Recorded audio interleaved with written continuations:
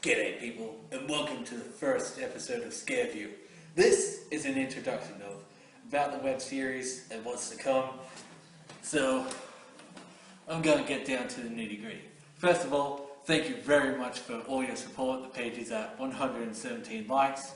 It's been really good to see some of the reviews being shared and other people showing their support. So, a big thank you. Much love and appreciation.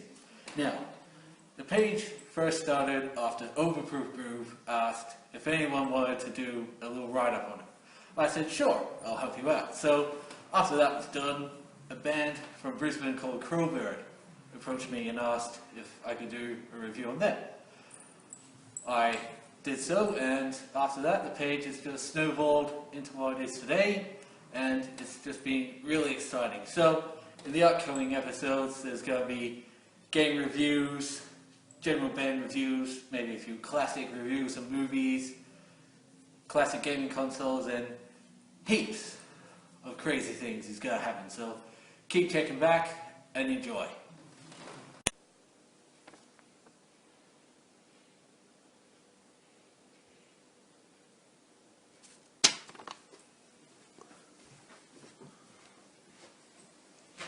G'day, and welcome to episode 2 of Scareview.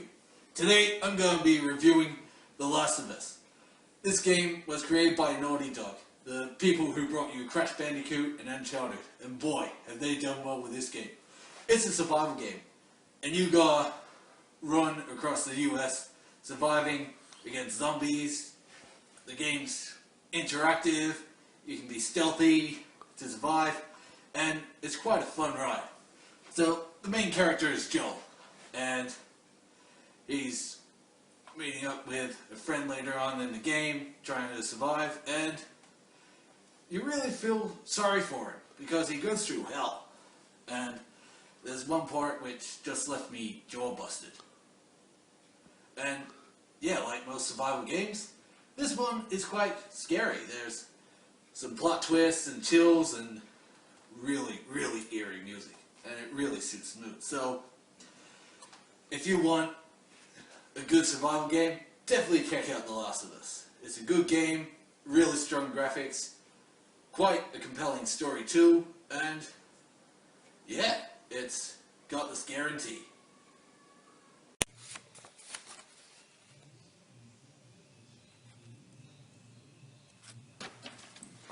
Woo! Welcome to Scareview episode 3. In this episode, I'm going to be looking at the Super Nintendo. Released in the early 90s, the Super Nintendo was a huge success. It's got a great library of games, one of them being Donkey Kong Country. This game was created by Rare, and they were given the opportunity to make a game using any Nintendo character they wanted. They chose Donkey Kong, because he was only in an arcade game beforehand, so they thought, let's bring the character justice. And in this game, they did just that. It's got beautiful 3D graphics, wonderful environments, heaps of secrets and places to explore, really great music, and a beautiful story. Diddy Kong was founded and raised by the Kongs, and he and Donkey teams up to find the lost banana herd. So they battle their way through the jungles, and until they meet the antagonist, King K. Rool. So after they defeated him, they get the herd and live happily ever after. So, let's take a trip down memory lane and play some Donkey Kong.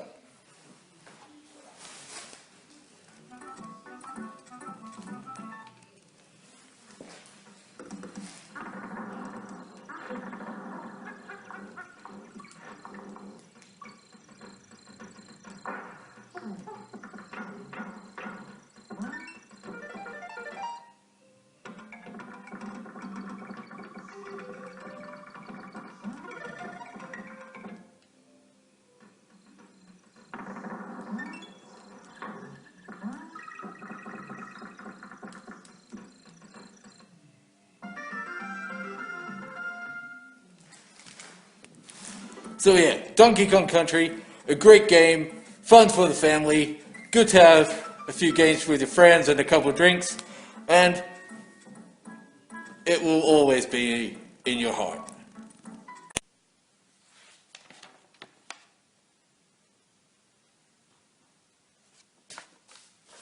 G'day, and welcome to episode 4 of Scareview. I'm just going to have a quick talk about the use of music with film.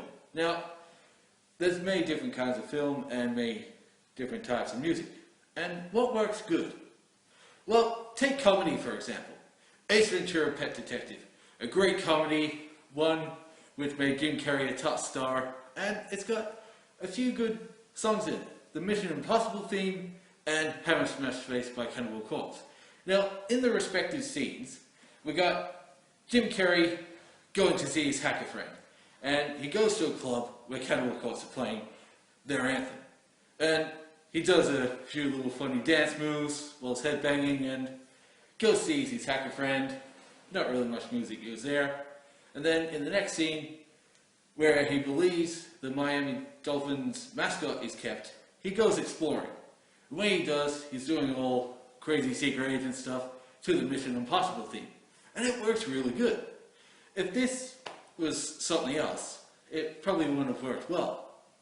And another good example of music working with film is with action. You gotta have hard rock. You can't have pop or disco like in The Terminator.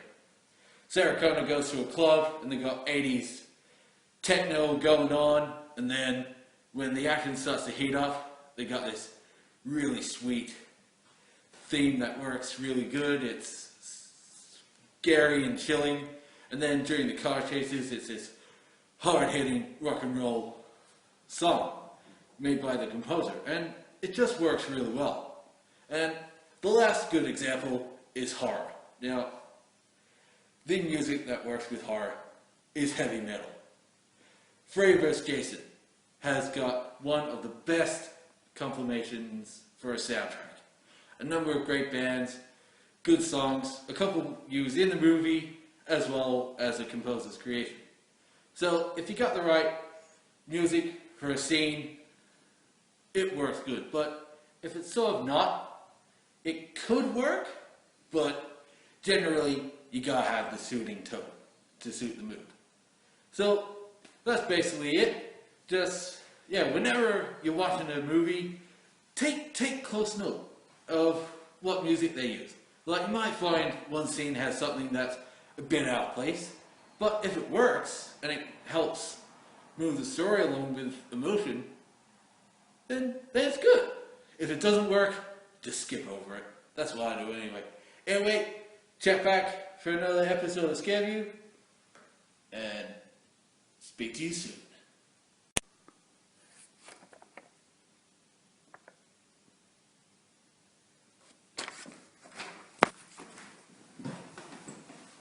Welcome to episode 5 of Scareview. I'm just gonna say, what's the deal with door-to-door people? First of all, they look for a job, they see this ad, and it's so disguised as something really cool. They go there, and it's like, oh, we're gonna give you a job of selling these super energy-saving globes. And what they don't tell you is how annoying you're going to be. So, they get trained up, they go door to door, knock knock, hi, would you like to get these super energy saving globes? And either the person will go, yeah, I'll take one of those globes. So, the person makes some money, and then they go to the next house. And if that person has a no knocking here please sign, they still do it. So, they just shrug off the sign and they go, knock knock. Now, you can either not answer, a few seconds later, knock knock. You still don't answer. Then there's either a doorbell or another knock knock. And then you think, oh, they're not going to go away, so I'm just going to have to tell them to go away. So you go there and you find yourself talking to them for ages. You just go, yeah, look, we're fine, we don't need any, maybe next time. They're like, oh, but like our special. Oh, it's so special, we tell you. And it's like, yeah, well, I told you already. Not interested, we're fine. Our power bill may be a little bit expensive, but we're good. Try us again some other day. Yeah, but for only this amount of price. Now, that's where you can shut the door on them and just go, look, I've got the kettle on. I'm very thirsty. Not interested. Bye. But they either go, okay, I'll come back later. And you go, yeah, whatever. And then you shut the door. And then if they do come back later, knock, knock. You can just sit back, turn up the TV, have your coffee and whatever, and just listen to the music of the. But sometimes it could be someone else. It might be your neighbor, or it might be your boyfriend, your girlfriend, or someone with a special delivery. And I mean, the game of Wolf have been used so much. You're asleep before you realize that you heard news that your arm died. Well, I'll see you for episode 6.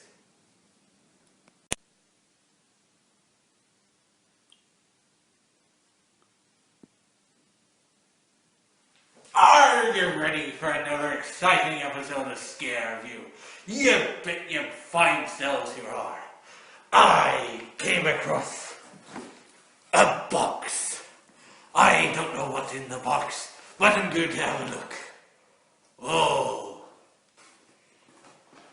It's full of DVDs. The first one being Duel, directed by the one and only Steven Spielberg. Released a couple of years before Jaws, Duel scared the pants off viewers. It's a made-for-TV film, but it did get a cinematic treatment. The story is simple. A businessman is on his way to an appointment, but on the way he gets terrified when a truck tries to take him off the road. At first it seems like a game of cat and mouse, but then the truck gets bloodthirsty and tries anything to kill the man. But everything ends for the truck. As David Mann, played by the late great Dennis Weaver, outsmarts the truck driver and lives quite presently, let's hope. So yes, that's the Duel. Oh, it's Hellraiser, directed by Clive Barker. This adaptation of his novel, The Hellbound Heart, is one of the darkest, quite scariest and bloodiest horror films ever made. It was made of about $1 million. The effects for the time look quite cheap, but they are effective. The costumes are beautiful. The music is beautiful. Everything about this first film is great. The others that followed, they have some moments, but they're not as good as this one. So Hellraiser, you play with the box and the Cenobites will come. This next one will make your head spin around. It's Twista. Now, Twista was the first film released on DVD. It came about in the 90s. It's directed by Jan DuPont. Let's see if I got the right name. Yes, Jan DuPont, who directed Speed, which is an action thriller. But this is even more thrilling because things go spinning around. It's got a few great lines and a kick-ass soundtrack because Van Halen's on it. So Twista, it will send your mind for a spin. Oh, it's Superman 2. Why, there's 2 Superman 2. Of course, because Richard Donner, who directed Superman 2, was kicked off, and then they got Richard Lester to complete the film, and that version was released. It was a success, but people wanted Richard Donner's cut, so that came out in 2006. It's a bit weird, but it got many fans pleased. Superman 2, it's a bit more superior than the first, with the effects. It's the best sequel of the franchise. Superman 3, yeah, it's alright. Great effects. Superman 4 was a mess, wasn't finished. It's a cult classic. Superman Returns, what a bunch of shit. Man of Steel, a bit better, but not as good as Superman or Superman 2. But which one to watch? Okay, well, we have Stargate, directed by Roland Emmerich, who, a couple of years after Stargate, gave us Independence Day, and then a little after that he gave us Godzilla. But Stargate, this is quite a good film because it's set in a distant universe of Egypt, as you can see.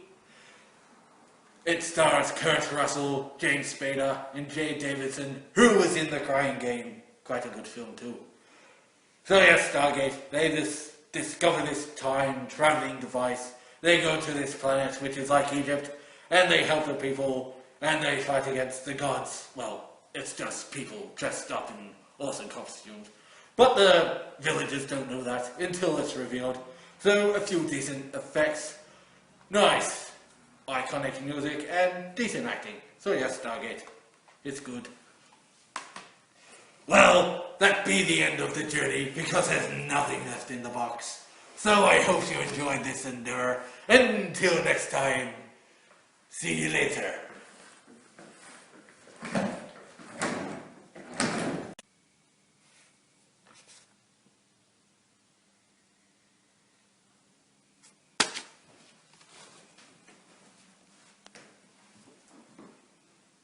Welcome to episode 7 of Scareview. Before I get down to business, I just want to thank everyone for their support and your feedback, because the series has been going quite good so far, and it's really good to see your feedback. So if there's anything you don't like about Scareview, please feel free to say in the comments below. If there's any improvements you may feel could happen, suggest them. And on that note, Series 2 will see some improvements in effects, like the title card will be animated, and there'll be a theme song which is still in development. So anything that you would like to see for this series will happen in Series 2 and later ones, because I'd like this web series to be on the standard of Angry Video Game Nerd and the Nostalgia Critic.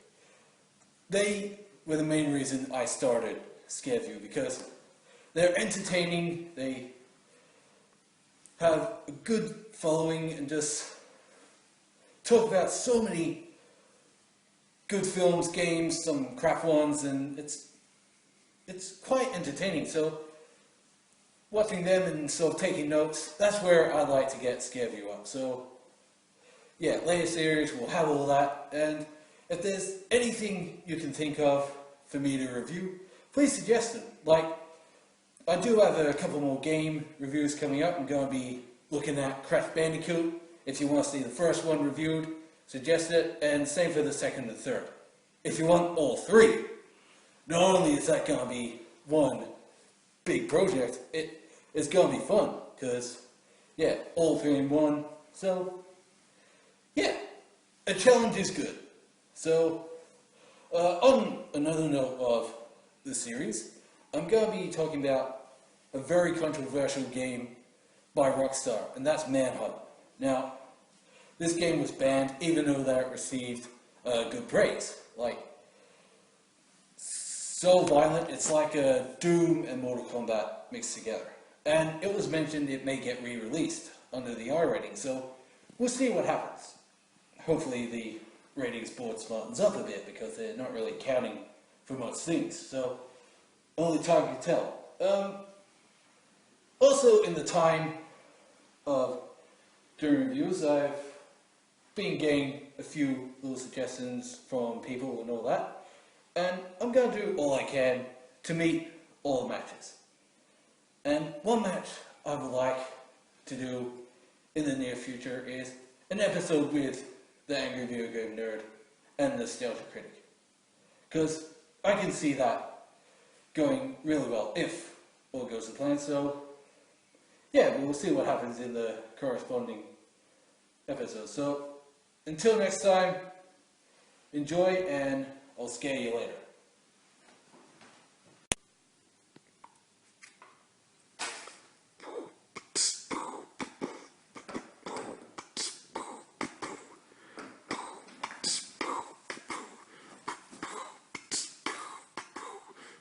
Welcome on to episode 8. There is no fate but what we make. I'm gonna generate some reviews. Here they come, all for you. Trilogies. Now, there's so many trilogies out there. And one stands out. Not like a sore thumb, but one that has remained a whole lot of fun. And that's Star Wars. Released in 1977 on a budget of $11 million, this sci-fi epic made over $700 million, defeating Jaws' record, and it spawned 2 sequels in the later years. The Empire Strikes Back is seen as the best one, just like all second entries to trilogies. And Return of the Jedi is good, it's got a few iconic moments, well, just as all the others, but yeah, the original Star Wars trilogy is awesome. The practical effects, the Force, the lightsabers, the music, everything about the original is awesome. Now, another trilogy of the sci-fi genre is The Matrix. Now, 1999, The Matrix came out. It was talk of the day, and one of its main thing, bullet time, has been redone in so many films. It's become a cliche. Every time you see it, it's like, yeah, that's cool. Yeah. The second one got a few good fight scenes. It's not as good as the first, and the third one, whoa! No, it wasn't really revolutionary. I mean, come on. Now, another trilogy, which just recently finished, is Christopher Nolan's The Dark Knight trilogy. Batman Begins came about, decent success. The Dark Knight, oh, that was big. Dark Knight Rises, even bigger success, and many people have taken the piss out of that because of Bane and his voice. And you know, yeah. Other trilogies are the superhero trilogies. Now there's so many. There's Spider-Man, X-Men, Iron Man. Yeah, I mentioned Batman. Batman's cool. And yeah, so the second one of those trilogies are the best. And there's a few reboots coming out, so if they go well, we'll probably get another trilogy. And it goes on and on and on and on. Yeah, there's been a couple of trilogies which are now got a 4th movie, like Indiana Jones was a trilogy for a while. Crystal Skull came about, so it changed things. Mad Max was a trilogy for a while. It's got the 4th one coming out soon, which looks quite cool. Could be good, hopefully. And yeah, so trilogies, love them, hate them, collect them all, and have a scare for all. Peace.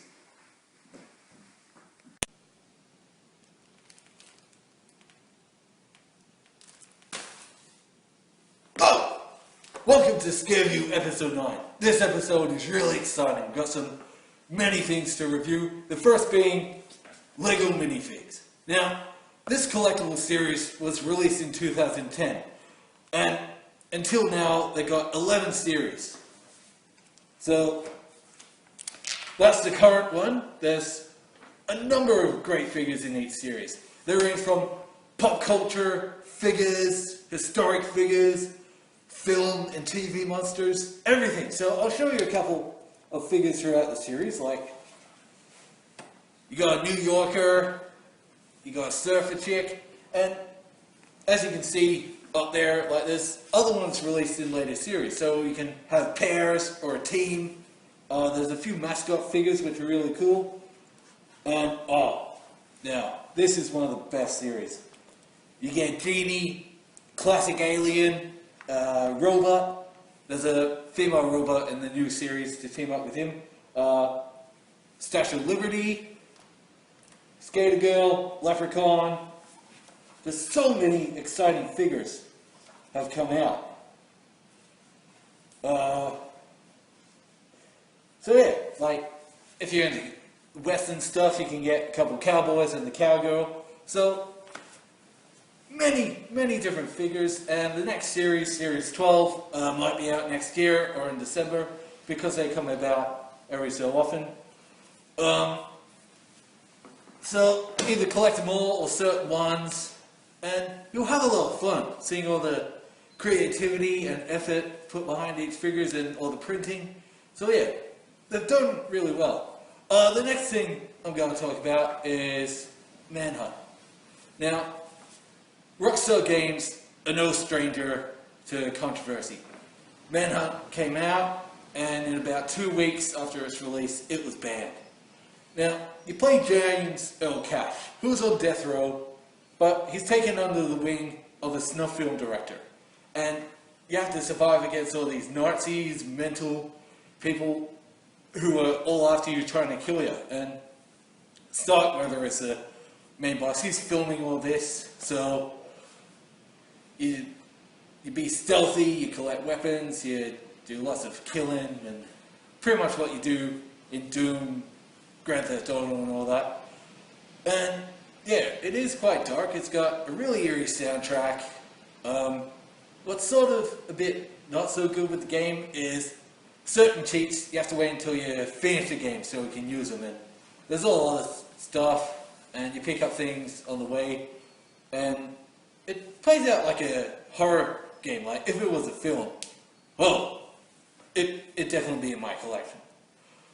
So yeah, Manhunt, I don't have the cover here, but what I can tell you, it's got a guy wearing a hockey mask, and it's just got Manhunt in bold. So pretty simple cover and very effective game. The next set of games, which I mentioned in last episode, is Crash Bandicoot. Now, 1997 was a good year for many things. Music, films, games, and Crash Bandicoot landed for the PlayStation. Huge success. Pretty strong graphics for the time, really good music, and so Crash was an experiment. He escaped and he's trying to save a friend or his sister by memory, and heaps of enemies, bonus levels. You have to collect certain amounts of gems, fruit, boxes, so you get heaps of points. There was also this huge password that you use to unlock everything. So if you're a gamer and you get stuck at certain points and you just want to get to the finish, just use the cheat. You can still have fun, and if you do that with Crash, you can go to different islands to explore the different levels, and they're really fun. But the games got harder. Like the second one, even bigger success than the first. More worlds, pretty much the same things have been redone, only with different creatures, such as Hog Wild, which is in the first one. You're now riding a polar bear, and then there's the boulder one where you run away. This time it's a giant snowball, and in later ones you're running from Triceratops, and also in Crash 2 it's the father and mother polar bear. So yeah, the third one, a bigger success, had more worlds. You went to different time periods because it was Crash Warped. So yeah, you go China, Egypt, pretty much all over the world. So pretty much the same thing as other games, but a little bit more. You get to drive cars or motorbike in this one. A bit more in-depth level design. Then, after Crash 3, there was Crash Nitro Kart to sort of cash in on the success of Mario Kart. Yeah, pretty good. Pretty good. Bit of a fun racer. And then there were some other Crash entries which weren't as good. You know, the graphics were strong because PS2 and whatnot, but they lacked the heart and soul of the original 3, which makes them a standout series. Now, as you've probably all seen the words and notations of Grand Theft Auto 5, huge game. In 3 days it got $1 billion. You know, most expensive game ever. Big success, so a little spoiler here, I will be doing a full final review on that, maybe a couple of other things for the next episode, and then that'll be it. So, yeah, keep watching, keep checking back, bring those suggestions, and I'll see to it that I'll get reviews up. So yeah, see you later.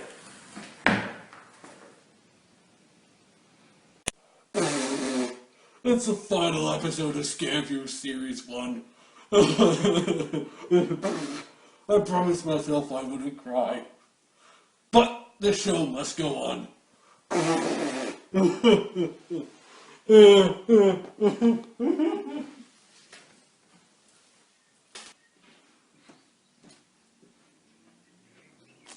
ho, ho. Welcome to Scareview Series 1 finale, A Very Scary Christmas. I'm your host, Scary Claus. Well, now, before I get into this episode, I want to say congratulations to Jason Boya, the Scary's Reviews meme winner. Congratulations, Jason. Your prize will be coming to you soon. Now, what a year 2013 has been. So many things have happened, and so much more is on the way. Wow, there's presents! Merry Christmas, everyone. I hope you have a great time with your family, sharing stories, laughs, having a beautiful lunch and dinners and drinks, and enjoying all your presents. So, I hope you enjoy your Christmas. Now, what one to choose from? Whoa. Now, this could be a game or a DVD, so let's see what we have. Oh, I think I know what this is. Yes? Oh, it's Grand Theft Auto 5. Okay, now when this was released, I did a review each day about it because it's such a big game. So I couldn't just do one review. I had to go by it day by day after a few hours of playing. Now, I want to say my final verdict. It is a fantastic game.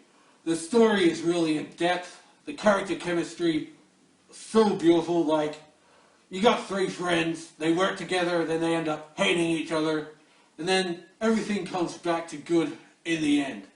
You know, Michael, he's a troubled family man. He tries to get his life and career and family back together. Franklin, he's a bit of a gangster guy, looks out for his friends. And then Trevor, your 100% pure American badass sleazeball, who cares about nothing or no one but himself. Yet, he does show some heart. And I love Grand Theft Auto 5. I haven't even completed it yet. Because it's just so big. So many surprises and... oh, I'm so happy that I've got Grand Theft Auto 5. Oh, I'm excited. What's next? Oh, this looks interesting. It could be a CD, maybe a little book. So let's unwrap and have a look. Oh my gosh. Oh, would you look at this? It's Surgical Steel, the Mighty Carcass's new album. Wow. Now, the last thing I want to say about Surgical Steel, it is an absolute masterpiece. Like, 18 years in the making, it was so well produced, mixed. A lot of care went into this album. The band has done great. Like, 3 or so songs didn't make the cut. They're alright, you know, they're a bit fast, a bit rocky. The album itself is a hybrid of heart work, necroticism, and a little bit of swan song. And it's just, look at that. I'm so happy that this album came about. If you haven't heard it yet, do check it out. You won't be disappointed. Now, the last present.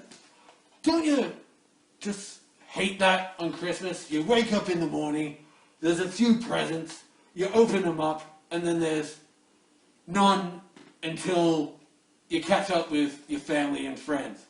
And some say the last present is the best. So let's open this one up and see what we have.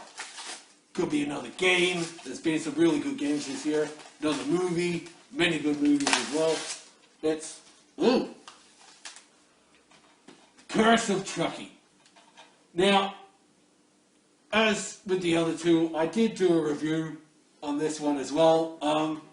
Curse of Chucky is surprisingly a good film. It's Don Mancini's second feature. He directed Seed of Chucky, which is the worst one, but has got some fine moments.